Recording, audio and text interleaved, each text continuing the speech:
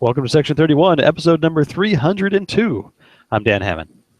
And I am Rogue Schindler. This week we have for you a wrap-up of the 1E and Triples Regional from San Diego. We had, we had 7 people. We had 6 players. We're going to talk about anything else? I think will be more than enough generally with a regional, not to mention a tournament that we were both in attendance for. And we played each other. Yeah. A plethora of information. Very good. Then let's just dig in. I got there early so I could have lunch with the family because half of us were down there already. So when I turned up, both TK and TV were just getting out of the car like an hour early. Wow. It was like 11:30, just after 11 o'clock. It was weird. And then everyone else rolled in. We had Johnny and, as I said, the 2 Thomases and myself and you. That's 5 plus Matt is 6, and then Charlie was there to run, so that was 7. And what I had heard was, oh, that's right, and JD was there at the beginning as well. He was also having lunch with his family, which is funny. Matt said that he was going to drop because he didn't want to play very much and didn't want to create a bye being the second player. And then JD dropped and he was like, So he told me that explains the deck that he was playing, and it was something that he just kind of threw together. But I was up very late the previous night, both for a design meeting and to work on this deck, and I had the help of Justin Ford, the player from Seattle who plays, everywhere.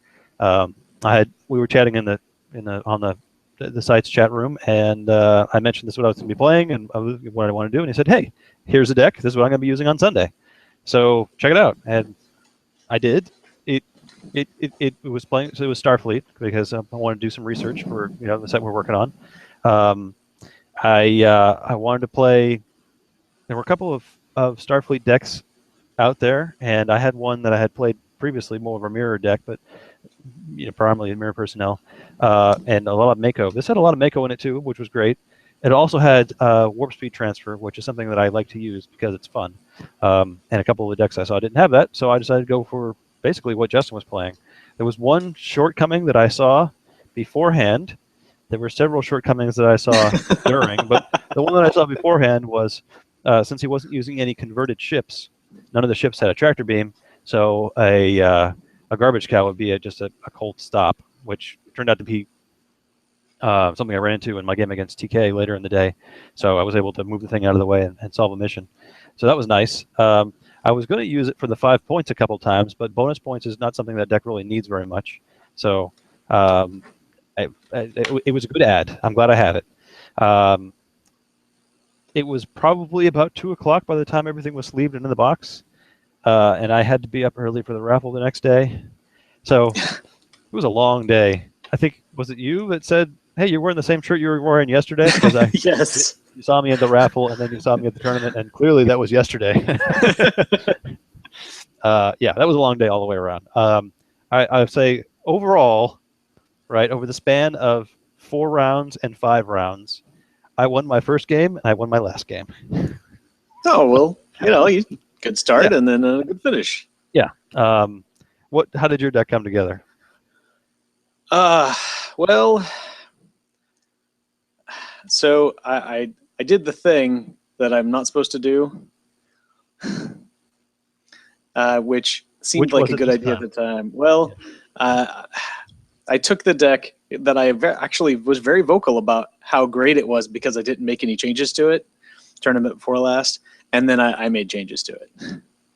I didn't make a lot of changes to it. I just made a couple of tweaks, mostly because, like I said, I played it recently and it did very well. But I played it recently and it did very well.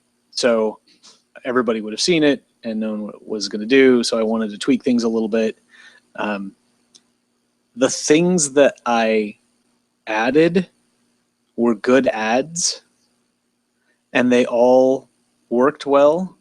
They just didn't go together very well. They were a little bit at odds.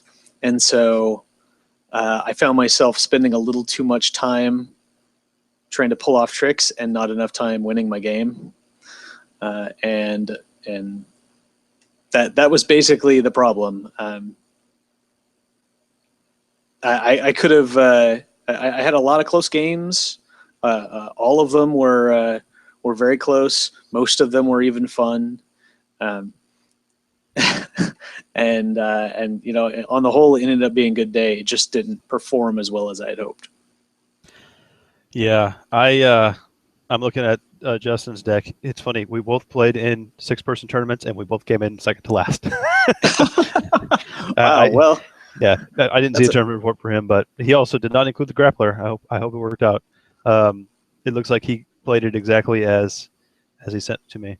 So, in my first round, I got to play against Matt, and Matt sat down and said, "Well, I'm glad I'm playing you in the first round." I didn't really know how to take that. So I said, "Well, I'm also glad I'm playing you in the first round, just because that seems like a good thing to say." And we both had a chuckle, and we started off. And he put out his missions, and it was like, "All right, there's the TNG Borg homeworld, you know, that one, and then there's the Baku homeworld. All right, so you're playing non-aligned. Okay, I can see that." And then he threw down the mission where you have to have number of youth or navigation is reduced, the range, the nebula. Oh, the classic, yeah, that one. And then secret salvage and something like explore Dyson Sphere.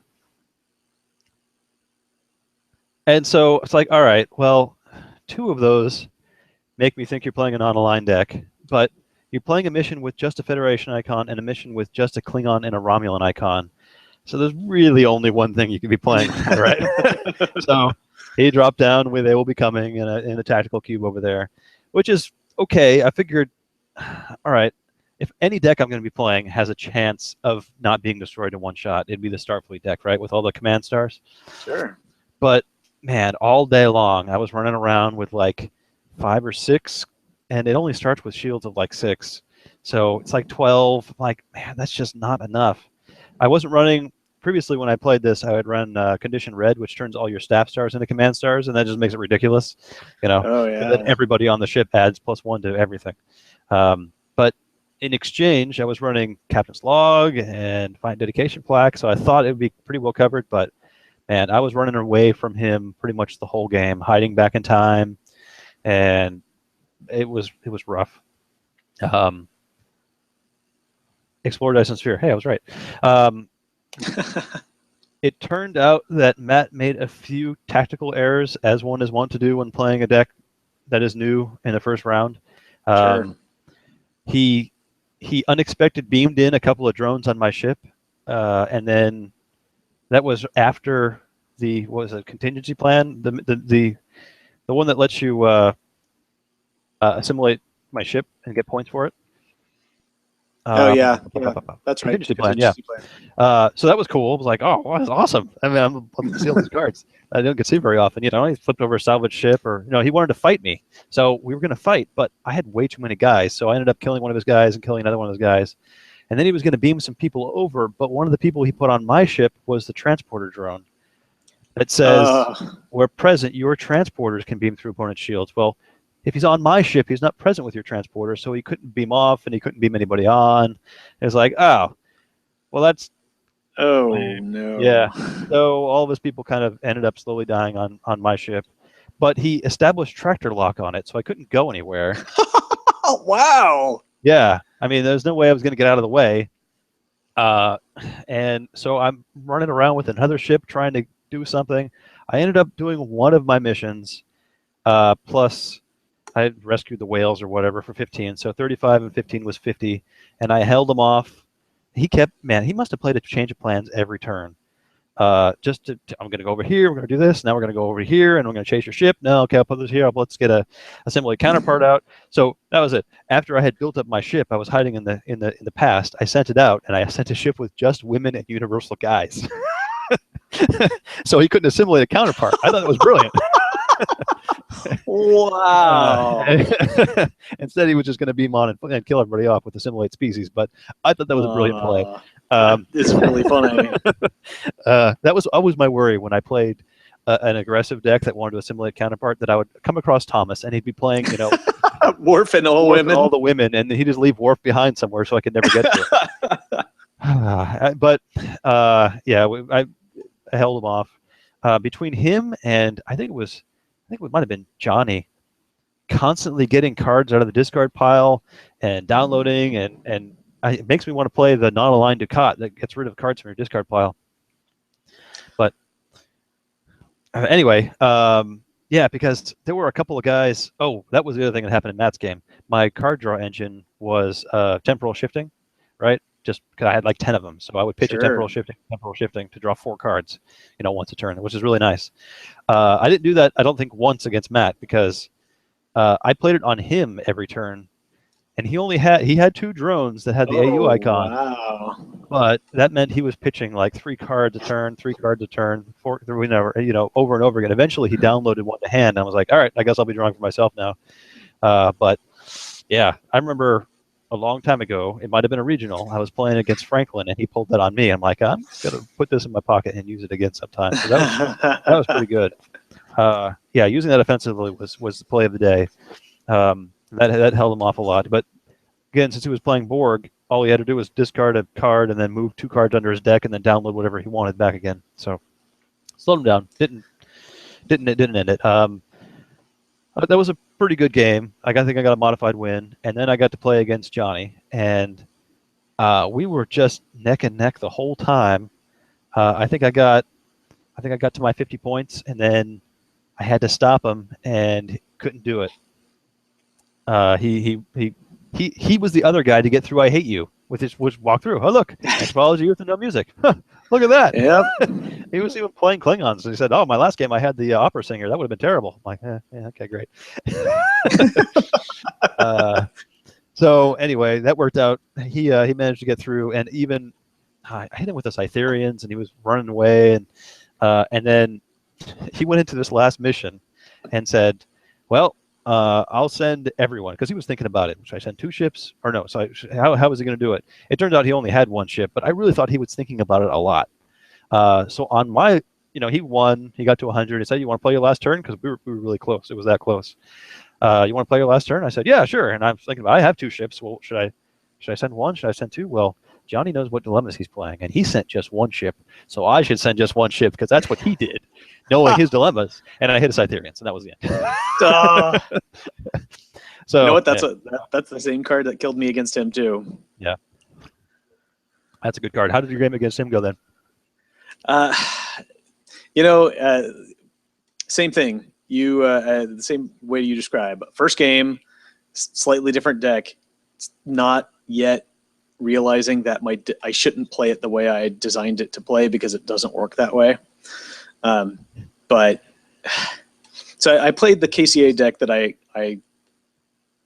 did really, that I won with 2 tournaments ago, and a lot of why I won those games was because of the tactical decision in game to shift gears and attack. And Johnny was really sharp. He was playing a similar but not identical deck to the last time we played. He played against this, which was a TNG deck, a Fed TNG deck instead of a board or a Klingon TNG deck.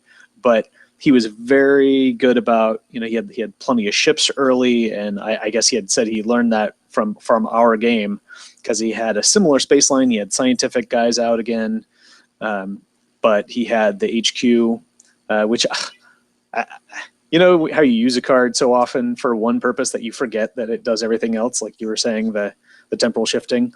Yeah. He defended Homeworld for an HQ card instead of a security personnel.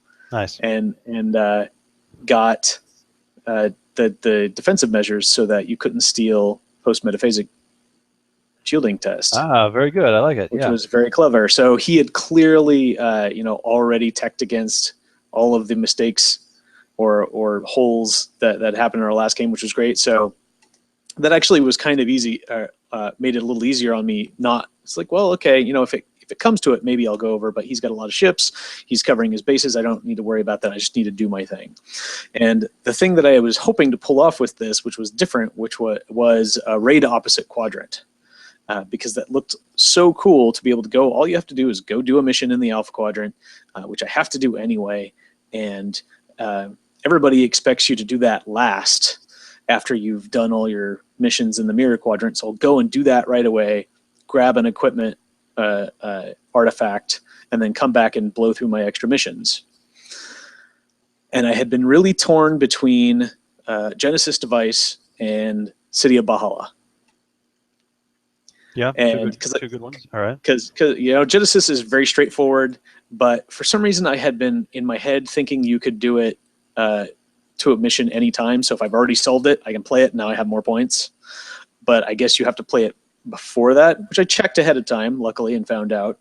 And I was like, well, that seems a little less sure, a little more iffy. City of Bahala, if I'm doing this right away, then I get the artifact, I come back, I do my Bajor icon missions, and do all the dilemmas backwards. Hopefully that'll make it really easy. Yeah.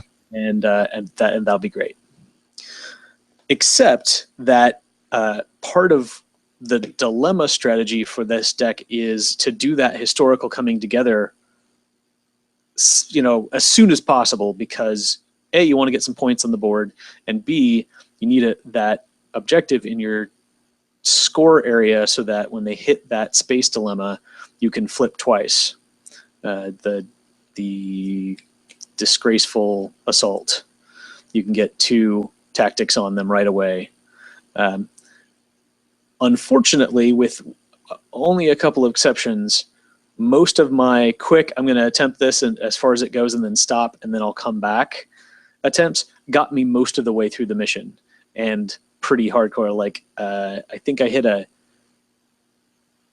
Edo probe once, and that was great.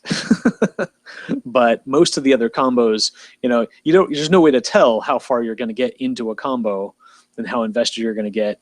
And I ended up choosing the City of Bahala over the Genesis Device,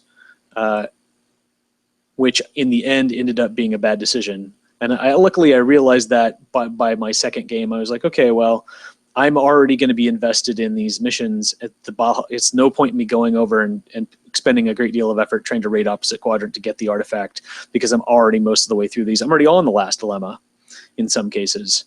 And as it turns out, Genesis Device would have been a much better choice. Go do the space, you know, the AQ mission, come back with only one dilemma left, drop a Genesis Device, and then attempt later. So unfortunate, you know, design decision, and that my focus, once again, my focus on trying to raid opposite quadrant in that game against Johnny ended up costing me, because I spent most of the game ahead, you know, if you can call 5-0 ahead, which was actually a theme for the day. And then I was like, you know, it was 3 dilemmas at a space mission and 2 dilemmas plus Kobayashi Maru at the planet mission. And I was like, I really don't want to get stuck just sitting there trying to beat my head against that. I'd rather face, and then I was like, even looking at it, the space, it was like you couldn't set it up any better. He had a big long alpha quadrant space line. My space mission was at the very end. I was like, if he's got a Scytherians, that's where it's at. But I just got burned so many times by the Kobayashi, so I went over there, and sure enough, it was there. I flipped my expert pilot, which gave me some boosted range, and I was able to get down there in 2 turns. I hadn't spent any range, so that was nice. But you know, I had 20 points last turn, and he came through, and dilemma selection ended up being such a strong theme for me on the day, because I had such great combos at every mission but one, and all of my games, my opponents seemed to find that one. Definitely my losses. I you know, both of my losses were by one mission, and that was the one that they found. That Between Duty and Respect is amazing. I love it. Yeah. And I had 4 Bajoran missions, but I had swapped some stuff around, and I didn't, when I added that, I didn't think about what was going to go under it. I was like, oh, I'll just add this big thing instead of that big thing. And it just was not as well supported. And as you say, everybody seemed to be walking through I Hate You that day, and both your deck and my deck. So that ended up being what used to be, I just remember that being such a great dilemma, but I guess just more people running around with youth these days. Yeah. Those damn kids. We put too many of them in TNG. Yeah, my game against Johnny, I scored some points, he scored some points, I scored some points, he scored some points. He got up to 99. Yeah, he had lost a few points to hire the fewer, then attempted a mission with everyone and lost a bunch of points to hire fewer, and scored like 25 mission points minus 15 or whatever. And then, but I really thought I was going to hold him off, but I didn't think I was going to be enough, because previously he had used, as you were talking about earlier, the second function of cards, I forget. He put somebody out of play with scientific diplomacy, and scored 8 extra bonus points because of their integrity, right? Oh wow, yeah. Yeah, I always forget about that. And it got up to 99. It was amazing. And then he went into another mission. It was irrelevant. So, but anyway, so what was your final score in Johnny's game? Did he get the full 100?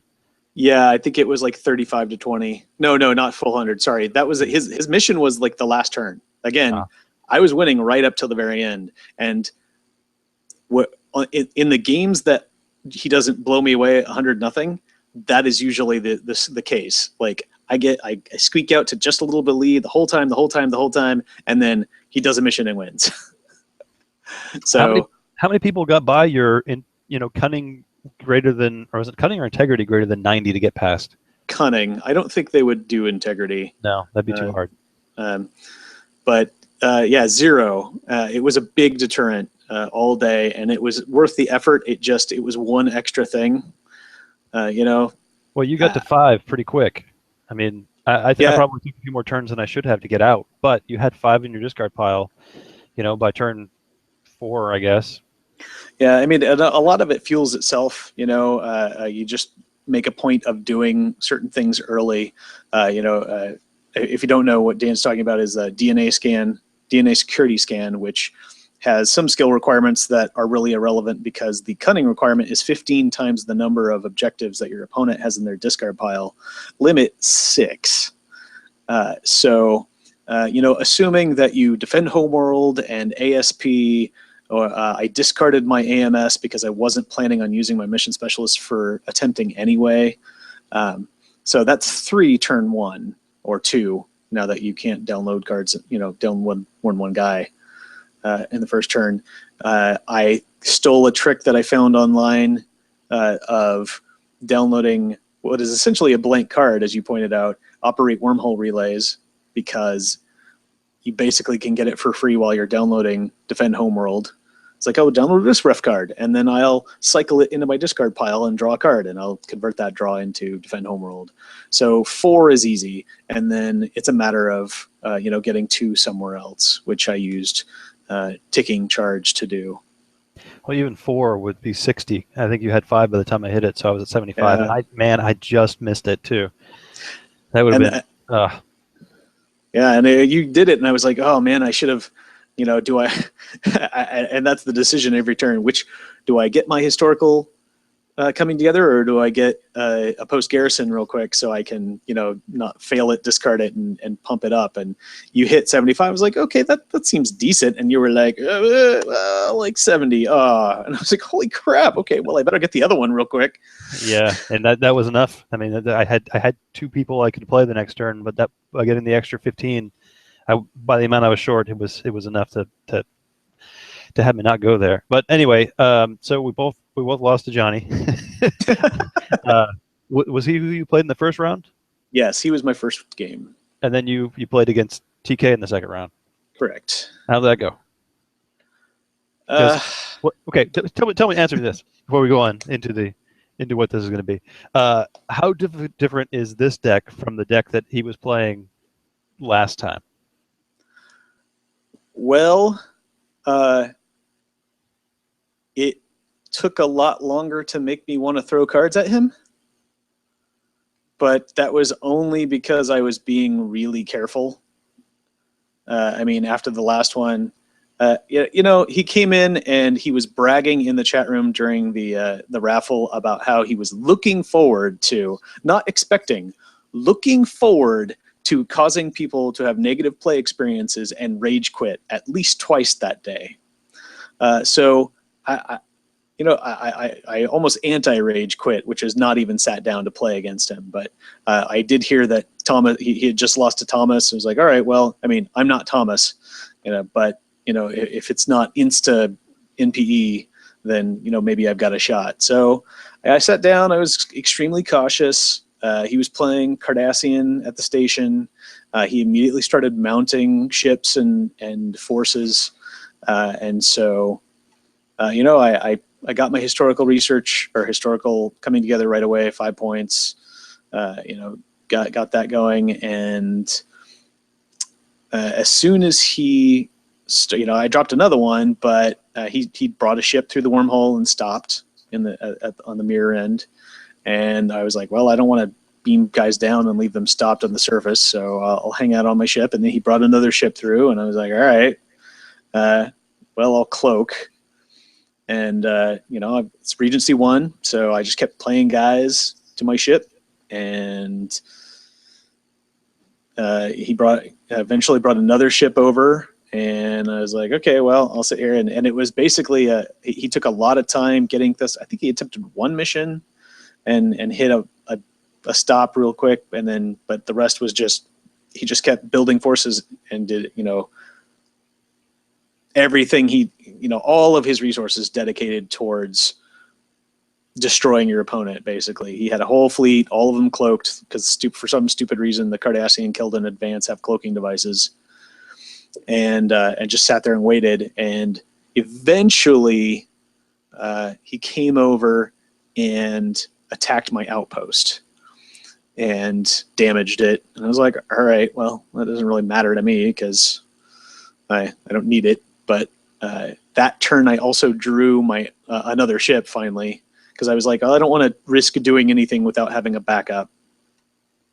So I, you know, outpost damage, finally got a ship. This is the turn I can play it, and so I played it, got some stuff together, and then tried to move, and he played a docking procedures to try and stop my docked ship, which I realized later when he was like, when he was so disappointed, I didn't realize why. When I was like, no, my cloak ship. Oh, are you undocking? I was like, no, I've never been docked. I don't need to dock. I report directly to my ship.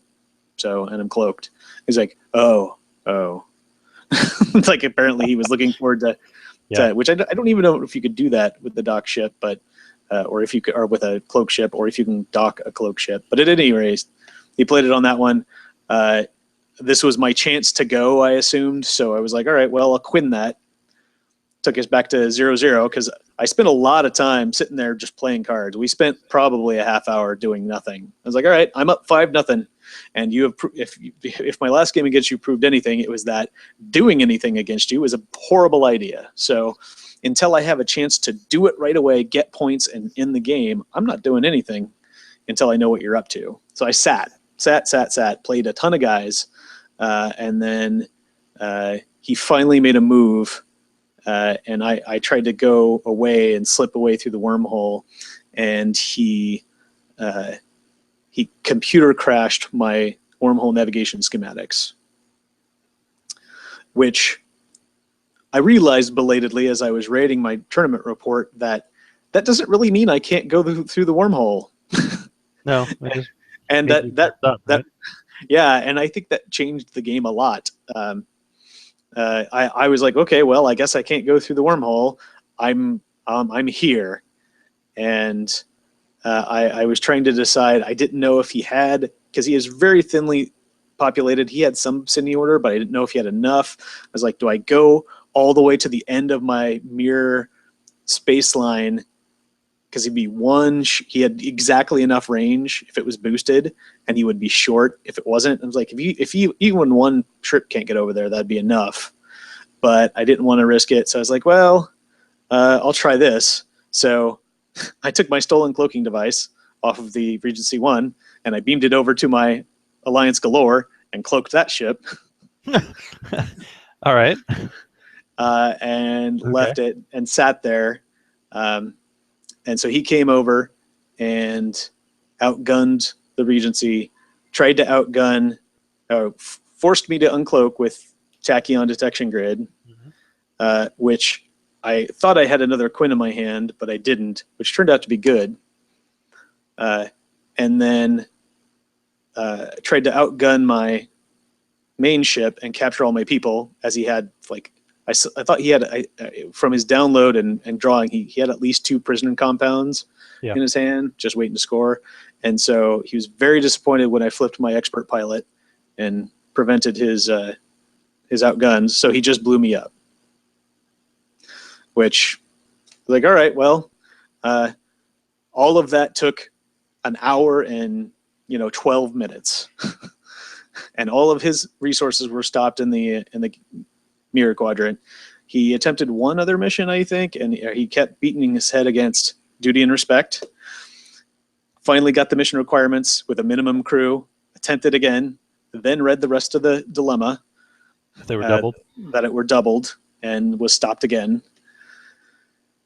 And I had one more turn, and so with nothing else to do, I ops downloaded Security Chief Garrick to his Terek Nor and took it over. And then prepared to, like, transfer my flag there, which I guess was enough to distract him, because he thought about splitting his forces to go retake it, and, like, whether that was like, and a part of me was like, it's not going to give you any points. I'm like, you know what, do it, go ahead, be distracted. But he did end up going and trying to hit another mission, and I think he had split 2 teams, but they both failed, and we basically ended up at a 0-0 tie. So on the scale of, I'm going to destroy everything you can ever do in your life ever, in the first 20 minutes, and stall out to a break even, I guess this was better. Yeah. It was certainly a chess match. Yeah. All right. Well, it's not like I'll go with the draw. That sounds pretty good. Yeah. I went with, knowing what I had heard 2 weeks ago, I kind of was cautious myself, but I think my mistake was playing my turns too fast, because he would take 5 minutes for his turn, whatever, download this guy, load up the ship, start moving it your way, so I got a second ship. And I'd be like, all right, draw, play, go. Draw, play, go. Just go. I mean, and by the time, I had gotten my 15 points, so I was on the board, right? And I think had I been more cautious and maybe went out and attempted a mission before he moved his 2 ships over, maybe things would have gone slow enough that I could have fought to a tie, but he ended up with a modified win. I want to say I did at least one mission, because I think I got to 50 points, or at least 45. That's right. That's where I got the. Okay. So he moved over the 2 Kelvin advance to Earth, and normally, okay, I've got Enterprise, so my shields are going to be more than 10, so he can't outgun me right out. But I just couldn't draw into those command stars. I was drawing all my Makos and all the folks that didn't have it, so like, all right, well, I got to do something. Time's running out, and he had actually gone and either solved a mission or did something, so he had some points. So I felt pressured, as if I needed to go, solve a mission. He might have solved one, and I moved out the Enterprise, and I moved over.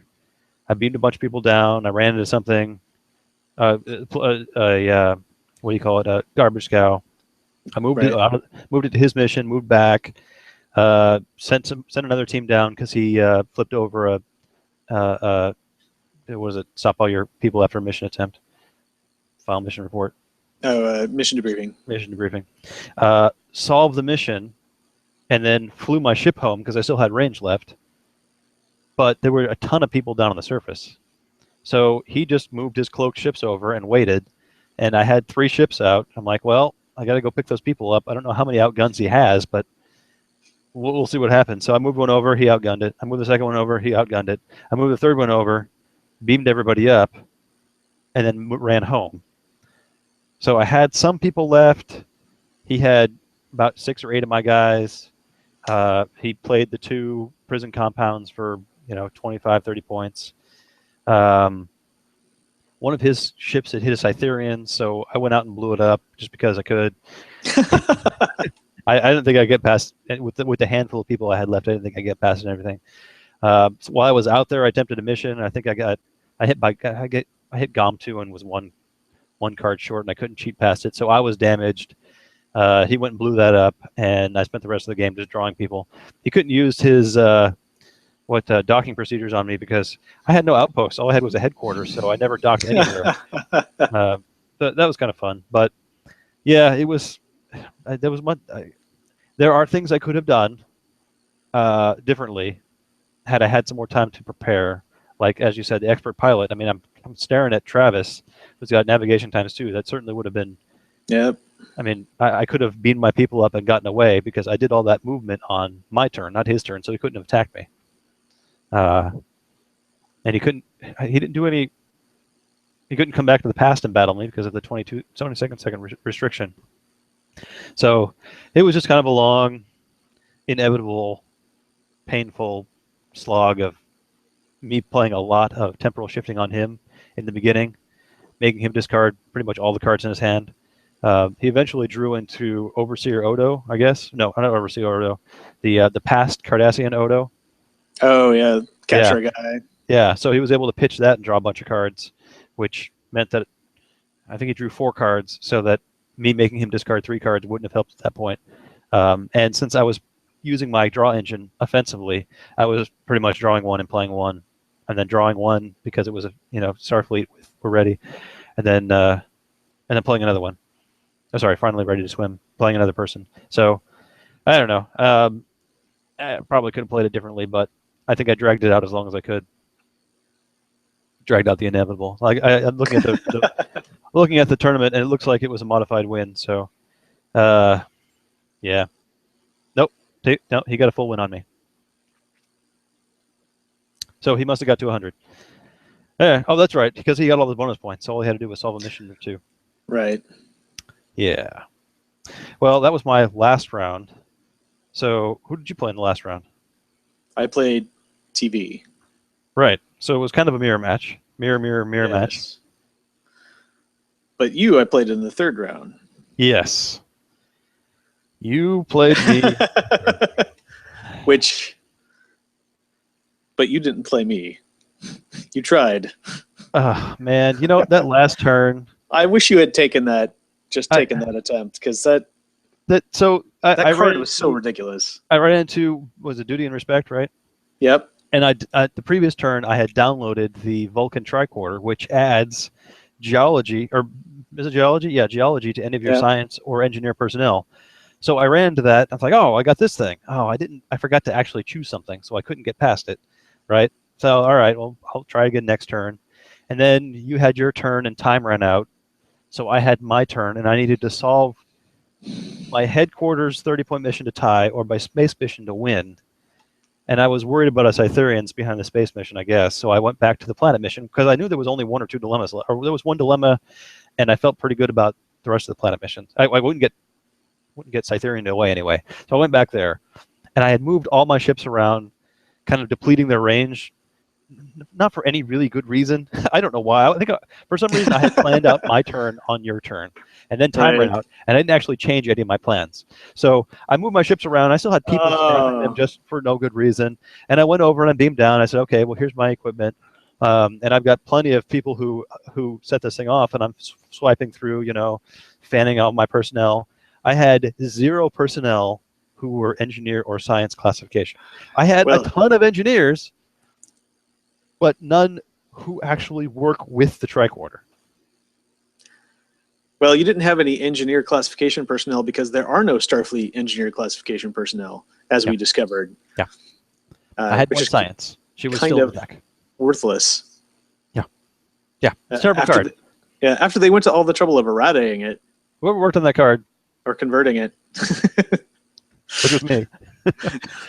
I don't know. I don't know if we expected...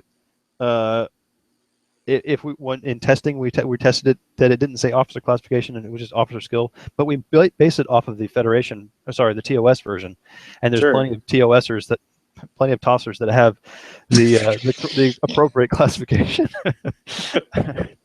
So I guess the only thing to do is to make new versions of the personnel who have the right thing, or I don't know, make another better equipment. Whatever it was, I looked through the deck. That was the way of plugging the geology hole in the deck because there weren't very many people, if at all, that had geology. Sure. And archaeology was pretty much zero. Let's see, archaeology, 0. Geology, 1. That's awesome. So that was that was terrible. And like I said, I had used all my resources to set up that attempt. And when I read that, it was like, you've got to be kidding me. You want to take that back? I'm like, I could beam my guys up, but I already spent all my range going anywhere. So yeah, I mean, I had I read the card either of the 3 times that I downloaded, read it, and played it, maybe I would have gone to the space mission and see what was there, because I finally had enough people to get past that ridiculous 90.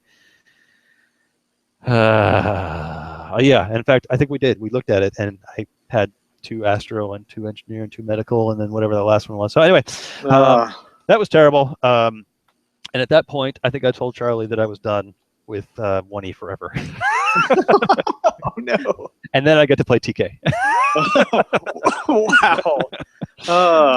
Wow. That's a rough ending. Yeah, that it was a rough first game with Matt, because I was playing okay and kind of showing him, unfortunately, a few mistakes, and I just kind of squeaked out a win. And then I narrowly lost to Johnny. I narrowly lost to you, and I had to sit and watch TK play for most of an hour. That was just and as I'm sitting over there, I finished my game with TK because games with TK don't go to time, right? I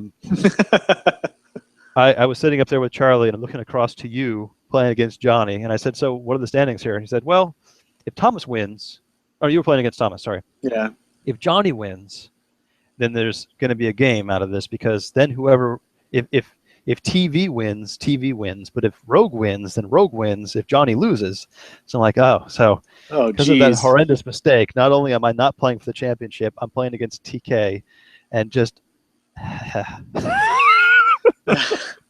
it was everything that could go wrong. So do you know what I did? I went and bought myself a milkshake. I felt much better. Yeah, nice cool off period. Well, I'm almost happy I did not know that what you just said about it being almost being a game, or me making the playoffs with help. But because it's always, I love playing Thomas. It doesn't really matter the outcome, because I know I'm going to see stuff. Man, I see some things. See some things that no one's been seen since 1994.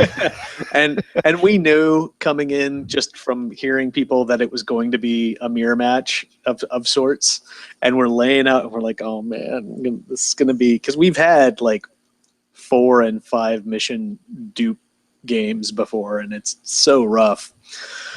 We only ended up with 3. Okay. And we both had open or unduplicated planet in space. So, could have been worse, could have been much worse. Both of my Alpha Quadrant missions were duplicated, so that was not great. But given I hadn't had a game go to time, actually I haven't had a game go past 40 points all day, so I wasn't too worried about the whole 140 yet. Just getting through it. But I was really actually looking forward to it, because it wasn't an exact mirror match. We were both playing KCA, but he was using the station and I was using Regency 1. Yeah, that's cool. I like that there are enough options. Is that why there was no duplicated missions? I mean, is the personnel set that vastly different? No, I think it's might be a little bit of that, but it's also that there are plenty of options now. Like, if even when we were playing opposite sides, I used to play Terran Empire all the time, and he played KCA before there was crossover. And, there were 3 mirror missions. So that's immediately 3 missions that are duplicated. Sure. Plus there are some obvious choices as soon as you get on the other side of the wormhole. You have to have a Bajor region if you want any help over there, so that's one, and limits the options. So it was easy to get duplicated. Now, man, there's options. It's so great, and we use them. They were amazing. and I ended up, it was like a 2E game where you have to go and attempt transport Crash Survivor. I ended up going and at the very end having an attempt a mission I only threw in so I could download that free crossover and invitation. Right. Yeah. But I had an unfortunate start because right off the bat, as Thomas is wont to do, he noticed what neither I nor any of my opponents that day had managed to notice, which was that I was cheating all day. Though it be it unintentional and easily fixable if I had realized it before I left the house. But I remembered to switch my mission specialists for Alpha Quadrant mission specialists because SI mission specialists let you play people anywhere as long as they're compatible. So I grabbed some Alpha Quadrant guys. I went non-aligned just so it'd be clean, and I didn't care what their skills were. So because I wasn't going to use them, I was just using them for study Divergent History. They were 2 Alpha Quadrant guys right away. I could play 2 Mirror Quadrant guys right away and get those 2 card draws. They were AU, but I start with an AU door, and then I had a couple of AU guys in reserve if I needed it for the quantum incursions. Great. Except that they are from the Next Generation and Star Trek Star Trek First Contact, respectively, which make them not Deep Space Nine personnel. Wow. So, it's Thomas. So he was like, I don't know if that's gonna. You sure you want to get those guys? That's gonna break your engine. I was like, oh no, thank you. I think I will not download those guys. I will just see this AMS and not have any mission specialists. So, and that coupled with that was the worst possible game to have it happen because I literally, when we finished the game, I had about 20 cards left in my draw deck, and they were 18 personnel and ships. Literally all of my verbs just rose to the top, and all of my people sunk to the bottom, and it was just infuriating. When you have the possibility of having 3 and 4 people a turn so that you can do 2 or 3 things a turn in a deck that is designed to be moving that fast, or it's not going to do anything. I got to have enough people that I can beam down and do my historical coming together while I either have 4 people on board to stop my ship or have enough people to staff my ship so I can get the card draw from Pride of the Fleet, or I can move over and do something else. I could never do more than 1 thing on a turn because I just couldn't get people out. And when I did get card draws, I didn't have my draw engine to draw through all that mess. So it took even longer to get going. It was awful. Luckily, it was so frustrating and it threw me off that by the time Thomas went and attempted his first mission, I had forgotten, either hadn't had the opportunity or forgotten to do most of my objective discarding. And so there were only 3 when he hit it the first time. But luckily he didn't have very many people over there. And so 45 was plenty. But that got me into gears. Okay, well, this whole turn is going to be devoted to stupid things. I was so desperate for people. I lunged for my defend homeworld and I forgot to do the trick to get the operate wormhole relays out in front of it. And, I needed to be downloading leaders just to get people out so I could play the people in my hand for free. So I never got a chance to download my ISP. It was a rough setup, and luckily he had spent a lot of time setting up as well. And so I kind of was able to keep neck and neck with him. He was just, he kept probing and hitting walls and, backing off a little bit. I, on the other hand, would get just enough people together. I did do a very impressive 6-card draw historical coming together, thanks to Julian Bashir adding Federation to the mix. Nice. But then they all died. So I think 2 people survived. So I got to draw 6 cards, and that kind of, almost didn't make me cry because I got 2 personnel out of that. But 4 of them died, so it was a net loss. But Thomas had gone with the interesting, and as it turns out, really great strategy of just going full hog, dumping dilemmas under the 3 unduplicated missions. So much so that one duplicated mission had 3 dilemmas under it between us, and the other 2 only had 4 each. So we had both put 2, and my unduplicated missions had 5, 5, and 6. Yikes! And not only that, he had a Dyson sphere. So that was really 15, 15, yeah, 18. Yeah, something like that. Like all I know is I faced 2 dilemmas in my historical coming together, and I actually faced those 2 plus 4 more. So, right. or 3 more, because the other one, one of those stopped me and the other one went back under. So, I hit 2 dilemmas that were seeded. I faced 5 dilemmas and ended up with 5 still under.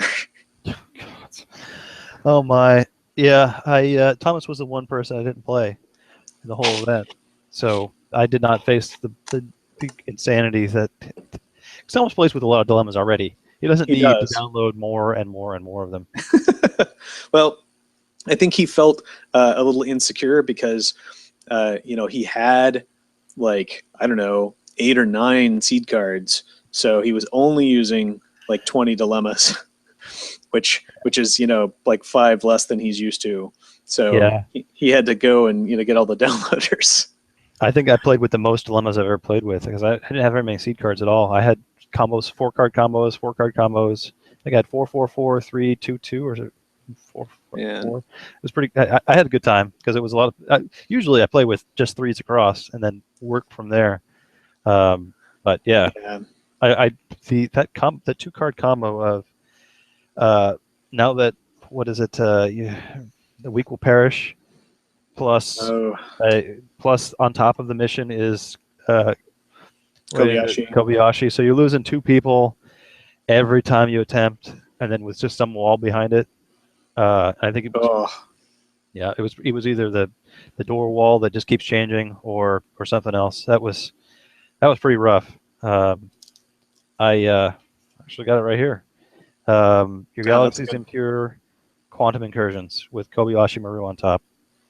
Man, that's good. Yeah. That it was.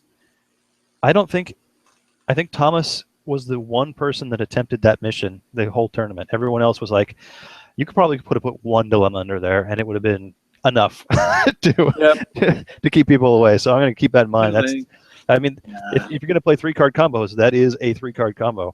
It is. And if you have 3 cards everywhere else, you can pretty much lock down a mission, and that's pretty good. Well, that's why it got eroded. That's what was the pain. People were just playing, 12 dilemmas and 6 Kobayashi Marus, and that's better than, that's basically like having, your galaxy is impure. Yep. On top of every mission. All right. So here's a question for you. You said beforehand that you would have changed out those mission specialists for someone who didn't break your thing. There are no non-aligned DS9 mission specialists except McKay, who is a mirror, yes. Mirror guy. The person I got the idea from was using the Klingons. So then you use the Klingon outpost, and you leave them on your outpost. Yeah, because I put it on the ship because I was like, I'll put it on my ship. We can go places, and then I'll have the people with me in case I need them in emergencies. I did not take that extra step of these guys are going to break my engine. So yeah, it's actually, you can play it on a facility as well, instead of seeing it on the ship, and then you just leave your people on the Klingon outpost. All your people play to the Regency 1 anyway, so you never have to worry about them mixing or do house arrest situations, and that way, that you get your card draws, and there really are, unless you can put together a Klingon non-aligned only away team, they really are just dedicated to the card drawing engine. See, I like that a lot more because when we played that, I think when you set that stuff down, I was like, well, you gotta be kidding me. That seems like really, really easy to just net yourself a card draw every turn by playing a. So how many seeds is that? You got 1 seed for your whatever you're playing it on, but you're probably going to have it anyway, a headquarters. But it's got to be an outpost. Okay, so you got to be playing with an outpost. 1 seed for the whatever you call it, the examine cross-cultural study divergent history. Study divergent history, and then 1 seed for assigned mission specialists. All right, so that's 3 seed cards. Call it 2 if you're already going to have an outpost to net you 1 card draw, start of game to end of game. It's pretty good. What do you think? I mean, what other decks? Well, since there's since there's a mission specialist in the mirror quadrant, right? This McKay guy, you can conceivably set this up in any deck. You play your outpost over there. You play these 2 cards. You get 1 of each, and you just leave them there. I think there are easier ways to get a single card draw. If you're not going to double it up, I don't know that it's worth the resources setting up. Seedable though. I mean, it is seedable. I think it's pretty good. I think I would consider putting that in any deck that didn't care about having a few non-aligns hanging around. I mean, don't get me wrong. It was good. I was glad to have it. I had swapped it for. I was skeptical, but I tried it anyway because I knew my other engine was the new processor, and upon rereading it, it is worded slightly differently than the original processor. You do not get the option to take your discard pile and put it in the point area. You know, because it used to be you may take that card and place it out of play or put it under your deck, and then you get to draw a card, up to 2 cards.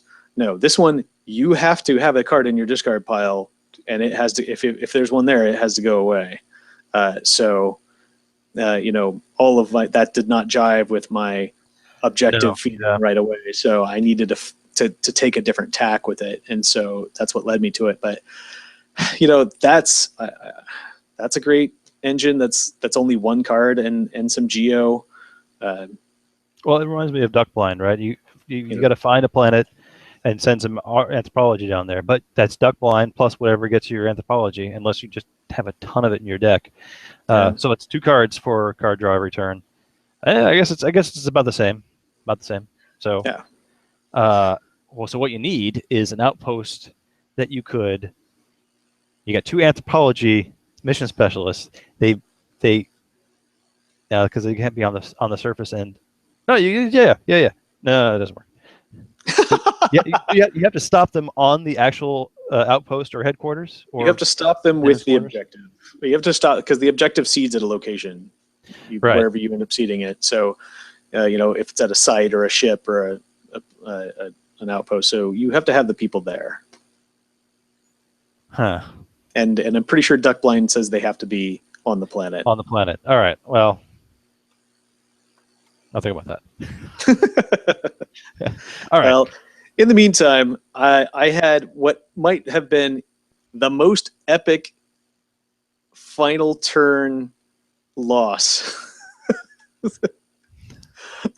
of a game, I think, in that we had such a great time playing it out, and so many people were like hovering over to see what was going to happen, because I once again, Thomas found my weak link, which was that, you know, the between duty and respect, which was great, stopped him a couple of times, but then he got the skills together and got past it. And once he got past it, I believe I had neural parasites under that, which I don't know why I thought it was going to be a whole bunch of people there, and then there would be a bunch of people to kill, or maybe I had just shuffled my dilemmas around and not thought about that.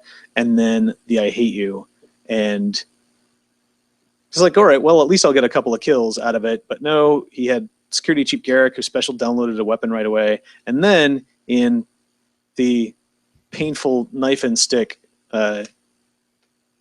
one-y thematic rule, he was attempting the mission where his station was located. Yeah. And he had Barile sitting at Quark's bar. So Barile chucked doing the nothing down to the surface. So it's anywhere at that location. You can special download your thing. And so from the bar, he dropped a pistol out the window and protected, one additional person. And I think I got like Odo and Garrick and Scrub. And so Scrub died, and his two important people were protected by weapons. So that was kind of unfortunate for me. And then he walked through, because he had that Dabo Girl, which was only just released. So another great new card, the new Mirror Dabo Girl. Oh, look, she has Anthro and Youth, and nobody has music. So once again, that was an unfortunate, and that was the well, I don't want to say that was all of his. He didn't get any more points. That's true. He didn't get any more points like he couldn't have, but he spent a lot of time looking at all of his people because time was basically up. He had gone first. I was up 10-0. He did his 30-point mission. He was up 30-10. He knew DNA security scan was after my buried alive, and he was counting it up. He's like, I can try to get enough people to go, but not only does he have to have cunning a 90, then he has to have at least one more person to be in the away team while those people are on the ship, because it was a planet space now with the buried alive in front of it. And he counted up. He's like, I have just enough to send everybody, and then I don't know if I'd have enough people on the planet to solve the mission.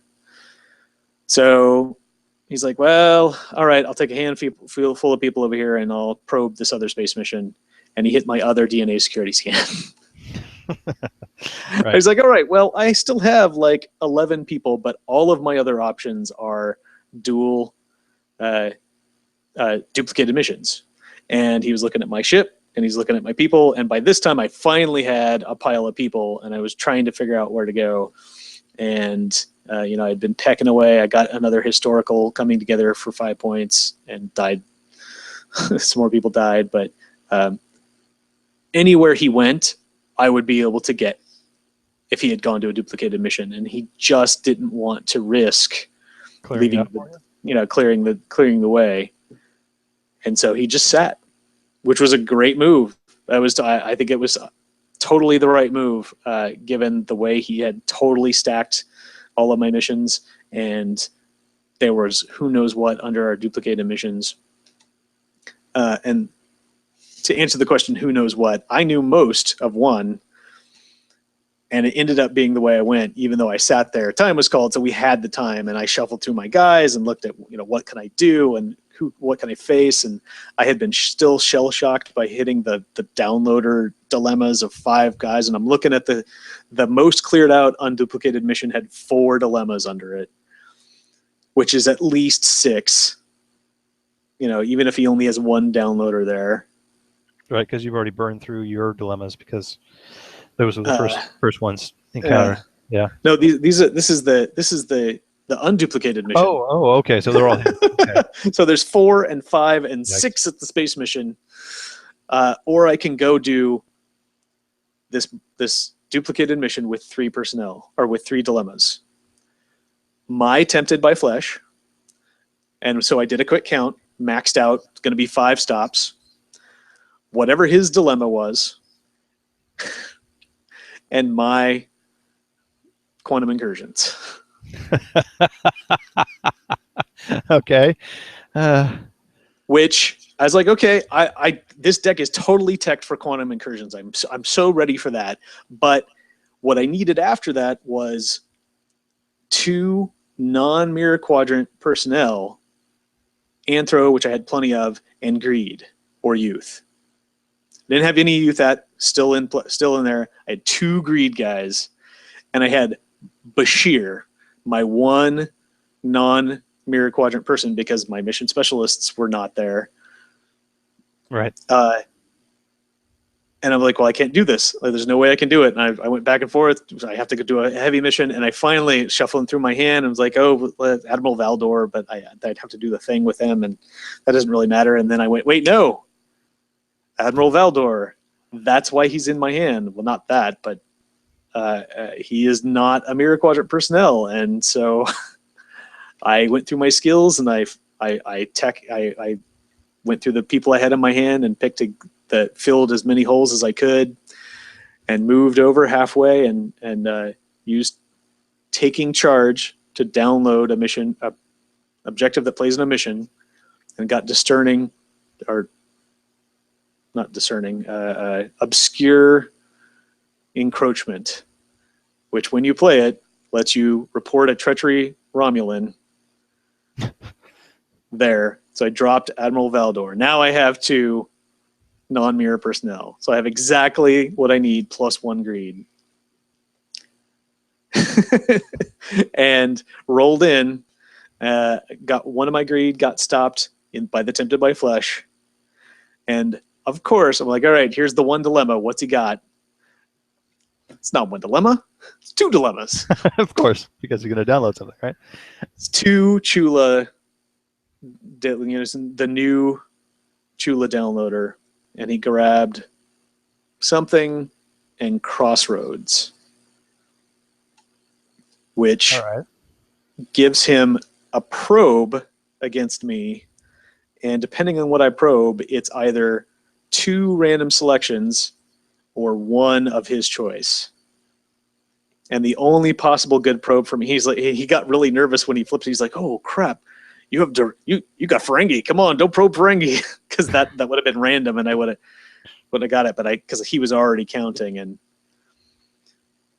I didn't get it. But that let him choose my last greed to be stopped, and I was like, I'm pretty sure that doomed me, but let's see what happens. So we hit the thing. And the other Chula before it had stopped Bashir. Okay. So I used Admiral Valdor, special download Garib. So he let you. Wait a minute. This is all the same turn. You downloaded 2 people in the same. Oh no, you were reporting. No, that guy Valdor has to be in your hand. Oh my gosh! It's all right. Not easy. Yeah. And so I downloaded Garib. I had 2 non-mirror guys again. He brought with him 2 empathy, which is huge for quantum incursions. And sure enough, that was the option that came up when we did the scan, rolled the dice, and so I managed to get through that. I got through all of this crazy dilemma nonsense, and I was short. I just didn't want it bad enough. Apparently, I was short the greed. And so did not solve, but it was between him setting up his turn and me setting up my turn, and then his doing the Dabo selections or the Chula selections. It was a great, even that last turn, a chess match on both sides, and I'm really happy that he won it all because he definitely earned it. Yeah, so congratulations to TV we went undefeated with 4 modified wins, I think. Wow, I've lost tournaments with that before. That's rough. Yeah, I'm glad that he beat pulled it out. Matt, Kirk, Johnny, and you for the full sweep of modified wins. And Johnny, his closest competitor, only had 11 victory points because he got that. He got 1 loss and 2 modified wins to go with it. So. Wow, it was a lot of modified all day long. Yep. All right. You want to take a little bit and talk about triples? We're already plus an hour, and we have a spoiler that just came in. Oh. So, I mean, that was the big finish for you. You got to finally, after starting strong and then having a rough day, you get to milkshake it up. Yeah, the milkshake powered me up. I brought the same deck that I played a few times and it's done well so far. So it's it was designed as a Fizbin kind of light deck. I think I talked about this before through seeing John play it at Gen Con last year, something similar. I remember that inception and thinking, and we both were like, ooh, this would be so much better if you did this and this and this, and then we're kind of thought about it. And I always meant to sit down and make that, but you actually did it. Yeah, it's a lot of time warps at all 3 denominations. It's a lot of a few discards, like Ante is good, and Avalanche is good to get rid of cards from your hand, a couple of goes. So the idea is you play a couple of Fizzbins over the first round or two, and by that third round, you've got a few Fizzbins in, and you've played a lot of these time warps, so that you're only starting with 5 cards, or 4 cards in some cases, and then you can go out quickly with the Fizzbins that you built up in the previous rounds. So part of the problem with going out really, really fast is you don't have any points built up. Well, Fizzbin solves that. You build them up over the previous rounds, and then you go out later when really, really fast. That worked really well, except that I didn't go out at all. Anytime that I think in the first round I had all 3, because it was a Mannheim trouble and we were just putting cards underneath. I had like 2 or 3 Fizzbins and all 3 of the time warp. So I started with 4 cards, and I just saw people say, Dan, draw a card, Dan, draw a card, Dan, draw a card. All right, well, now I'm back up to 8 because I couldn't play on my first turn. Well, you said next to Tom, and Thomas kept going out. He would hit 1 reverse. Yeah, so I went to start. That was amazing. And Brian was playing his Stampede Kill deck, which was hilarious because he'd play 10,000 Stampede and then say, "Anybody want to play? Anybody want to play?" And Thomas would say, "I'll play." And then he'd say, "Okay, I'll kill it." I think he might have killed like 300,000 or 400,000 from Thomas, which is great for me because that meant Thomas was not going out with a lot of points. Yep. But as you said, it was almost as if Brian had played a you get to discard a card, but it has to be 100,000, right? Yep. Because it just went from his hand to his play pile, and his play pile to his discard pile. That was pretty much it. So it made him go out faster, but for less points, obviously. Thomas went out like 3 of the 4 times and got up to 400,000. It looks like, man, everyone got a lot of points. Yeah, it started scoring right away, and we kept looking at you because we would get to 100,000, like everybody had 6-digit scores, and Dan, who has many Fizzbins in his play pile and is waiting to score points. No, but the last round, that deck is 4, right? Yeah. You get it all set up and you're poised to strike. I didn't, but usually it takes going out twice. It takes setting up and then going out and then setting up and going out. But to my advantage, going into the last round, Thomas, I think he even played an Idic in the last round, didn't he? When he went out? Yeah, yep. He got up to 476,000, and I'm sitting with 500,000 in my play pile at the start of the round. So I'm like, okay, I can do this. I can do this. And I think I played 100,000 and it was properly killed. And I discarded a card and I played like 3 more because my total was, I went out in the last round for 500,000 before anybody else could eclipse it. And it was 500,102, which means I had played 3 cards that round that didn't get killed. I think he killed my 10,000 at the beginning. Yeah, the time warp, because that was funny. Yeah, because then I played 100,000 and then I played a 10,000 on top of it, and the 10,000 got killed and then the 100,000 got killed, so I was left with the Fizzbins. And then so that was, I must have started out with 6 cards because that's all 6. Yikes. Anyway, it was much better than the 1E round in that it was terrible, terrible, terrible, terrible. Hey, look, I won! Instead of I won a game, and then the opposite. Yeah. At one point, I think I had more than 5 Fizzbins in my pile, so I had to pitch one. So the errata did come into play, but huzzah in the end. Yeah, well played, and it was fun to watch that get set up, and especially with all of your time warps and getting down to 4 or 5 cards a couple of times.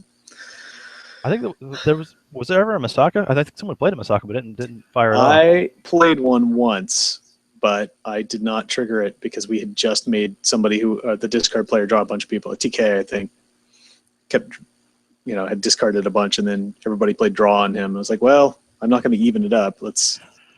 That was hilarious because somebody froze go, and it came to him, and he had the setup where because he showed us, because it was like, I have to show you guys because this is amazing. 1 go, 10 go, 100 rescue. No, 100. What was 100? Stampede. Yeah, 1,000 rescue. Took out the 10,000 from his discard pile and played 100,000 discard. So he was down. He would have been down to 1 card. Odo. Yeah, and so since he couldn't play it, he just drew a card, and then Thomas made him draw a card. I copied it. Brian copied it. So he had like 10 cards in his hand. Well, thanks for telling us. Yeah. Thanks for telling us that you can play your whole hand. Let's make sure that you can't do that. Yeah, it's a good thing because when it went around again, he was able to play out. It was 1 to him, so because Matt couldn't play, so it was 110, 100,000.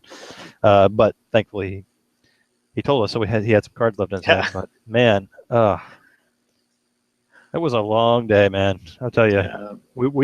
I had plans to hang out with Charlie and chat about a few things, tribbles and one-y stuff, but it was like, yeah, my thinking is out of gas. I'm going to lose 5 points and shuffle my deck and go home.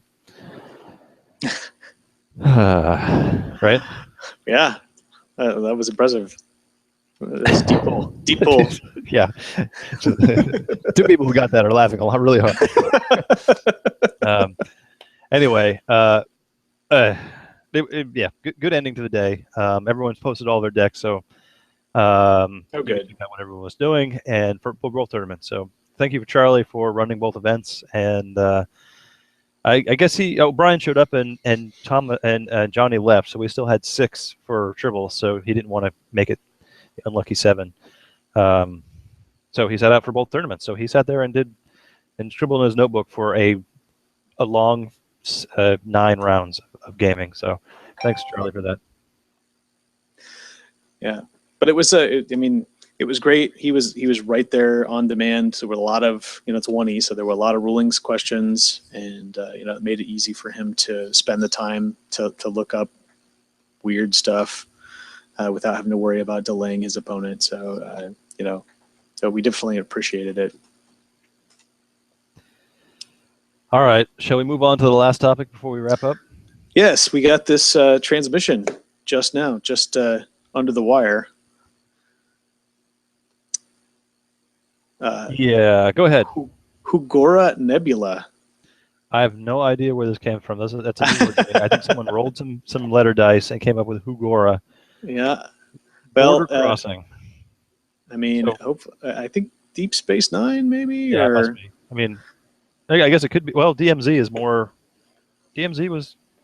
Yeah, I guess that's more TNG. I don't know. Hugora crossing. Hugora Nebula, border crossing. So it has a nebula keyword. It has the region demilitarized zone keyword. In addition to its game text and stuff, it says, game text, this mission is worth 5 more points, limit 20, for each event on it. So that seems to fit in with the TNG Maquis, right? Yep. And that works well. It's got, the requirements are more in line with, say, a 35-point mission, but it's got the 30-point score, so it's already assuming that you're going to have at least 1 on there to sort of balance that out. But then you get the other 3 on there, and you're looking at a 50-point mission, so you're halfway to a 2-mission win. Yeah, I mean, if you did this last, your second of your 2 missions, that would give you certainly enough time to play some cards on it. And really, Maquis, security, treachery, that's right up their alley. Navigation and astrometrics. So astro, nav, security, treachery, and cunning greater than 34 for 30 points. But again, could be up to 50. Rather easily, as fast as they play cards. It does have. Yeah. I mean, this is something they've been talking about. It does have a span of 4, which is pretty big. You wouldn't want to be using. Man, that's tough with those little raiders, isn't it? Yeah. Well, if you have a lot of them, and it is a region. That's why they're small. They're in a region, so you can just keep bouncing back and forth and transferring your people. Is this the nebula from the Row mission? Yeah, maybe. Ensign Row? Maybe it is. Oh yeah, not Ensign Row. Was it Ensign Row? Was her last? Not the something about duty. Yeah. So this is the mission that they were hiding and they came out and she stole stuff. Yeah. Okay. That sounds right. Yeah, it's a big picture of a nebula. It would make a nice foil. Attemptability icons are Fed and Bajoran, and it's obviously Alpha Quadrant space, and bottom right says 36V21. Hugora Nebula border crossing. Right on. That goes with the other missions that were spoiled today. Have you had a chance to take a peek? Preemptive strike. Oh, very good. Yes, preemptive strike. Something about Grand Admiral Thrawn. Bajavel, prevent systemic annihilation. Another Bajoran system. Ooh. That looks like a big giant sun. When you play a paranoia event, if this mission is complete, the event is cost -1. Fed Klingon Romulan. Interesting. Engineer, leadership, 2 security, strength. That and the other new one is what now? Gerardo? Relocate settlers. Oh, relocate settlers. That sounds familiar. Yeah. Was relocate settlers in one a space mission? No, it's a planet mission. Okay. Honor leadership officer and strength greater than 30, or diplomacy, law, treachery, cunning greater than 30. That sounds very familiar. It does sound very familiar. 30 points, region major system, Bajoran only, and it's 2-span. That's kind of cool. I like it. Why can't? But why? Where's the Orkira Nerys? Yeah. Oh man. That's your knowledge for using that mission over and over again. I mean, I don't know what you're talking about. Well, I may have heard of that. She can bring like 3 people with her and then have everything because she has leadership honor officer, right? That is a good point. Most of her iterations, are all. Hey, she's a lot. Yeah. All right. There was one thing that I had promised the community to do, and that was get up the raffle bins for the next raffle, and I haven't done that yet. So I'll be working on that over the next few days. But other than that, the raffle was a lot of fun on Saturday. I've got a pile of things to send off. Congratulations to everyone who won something. And I still haven't decided how I'm going to send off this big box of 2E cards. I gave away a full set that full set of 2E. I saw. Yikes. I'll just wrap it in saran wrap with rubber bands and send it off in a ball. Probably not. All right. Very good. Well, we've been talking for almost an hour and a half now. So why don't we wrap this up? Let's wrap that up. I agree. Next week we'll be back with we'll do another of those audio recordings, which sounds like be fun to get back to, and then we'll talk about the local schedule coming up. In the meantime, I am Sir Rogue. And I'm Sir Dan. And I will remind you all to expand your power in the universe. And I will draw to end.